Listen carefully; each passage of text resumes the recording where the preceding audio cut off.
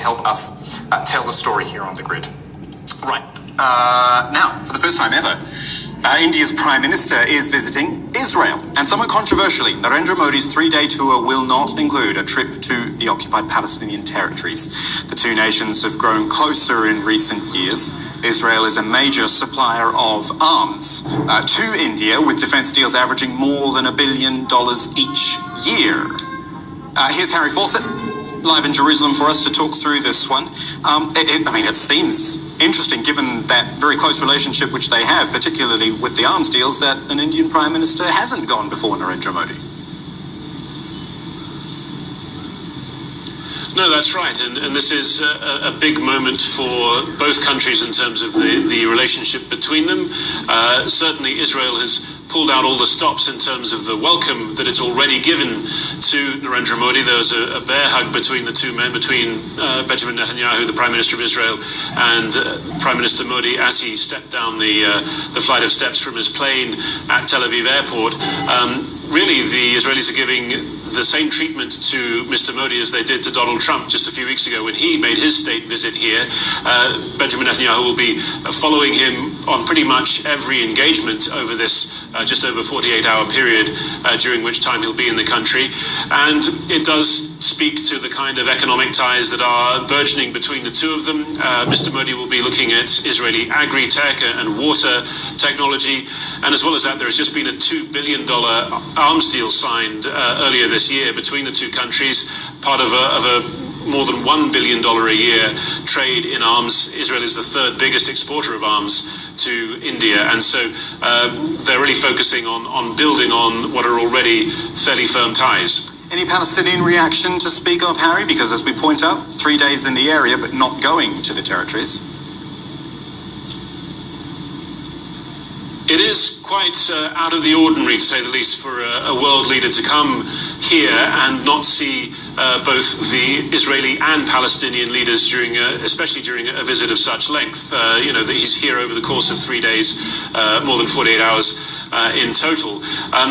The Palestinians have been relatively circumspect in their language about this. They're not making a huge public fuss, but we did go and see the Deputy Foreign Minister of the Palestinian Authority in Ramallah the other day, and he was saying essentially that there is some surprise, that they did expect Mr. Modi to come and see the Palestinian President Mahmoud Abbas. Certainly the President of Israel did a couple of years ago when he came here.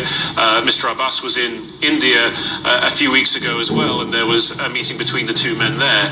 This time, it seems that Narendra Modi has decided that's not what he's looking to do. The Deputy Foreign Minister was saying if anybody wants to be part of the mediation process, part of the peace process here, then it's advisable to meet both sets of leaders. Narendra Modi seems to be thinking that this visit is all about Israel. Thanks. Harry Fawcett, live in Jerusalem for us on Narendra Modi's visit. Getting a few comments through already. Anmar on Facebook, Leah has just actually said Modi's adding fuel to his anti-Muslim image by visiting Israel. I mean, right. Our Indian audience usually speaks up pretty strongly on politics. They have. The hashtag we're following is Modi in Israel, but the conversation we're focusing on is inside India. The most shared tweets are all in support of Modi's visit to Israel. Habijith here saying that the trip ends India's terrible hypocrisy towards a friend who stood by us silently through the years. A lot of folks on Facebook as well, they've been sharing this list. It's been highlighting different ways that Israel and India are similar. It mentions that both countries have, quote, sworn enemies whose names start with P. That'd be Palestine for Israel and Pakistan for India. There's been a large conversation as well about Modi's supporters, saying that it's good that he is not visiting Palestine, that it shows that he's doing what's best for the country. Now, instead of sticking to hollow secularist ideas, the Prime Minister's critics say this decision sends the wrong message and strengthens Israel's occupation of Palestine. Whenever Indian authorities have visited Israel, they've also visited Palestine. Why? To maintain those ties with Israel, and as well as to reaffirm India's support to the Palestinian cause, which India has been doing since independence. This 3-day visit of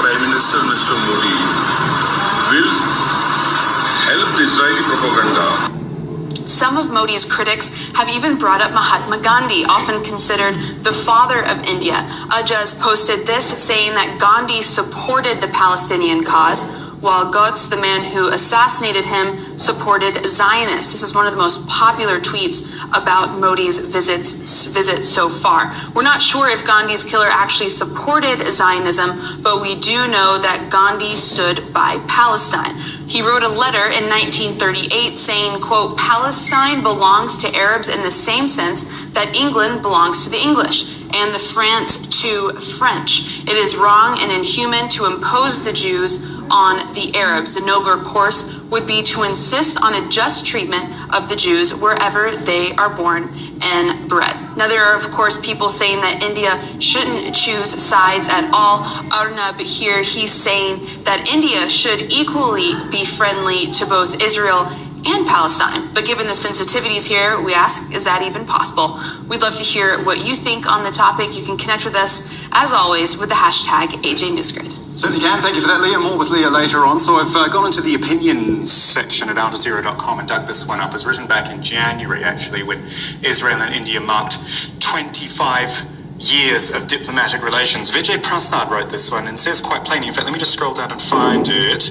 It is clear that the volume of Indian arms purchases from Israel underwrites the country's stand against the occupation of Palestine. A very strong opinion there. You can read it in the opinion section, of course, at AlJazeera.com.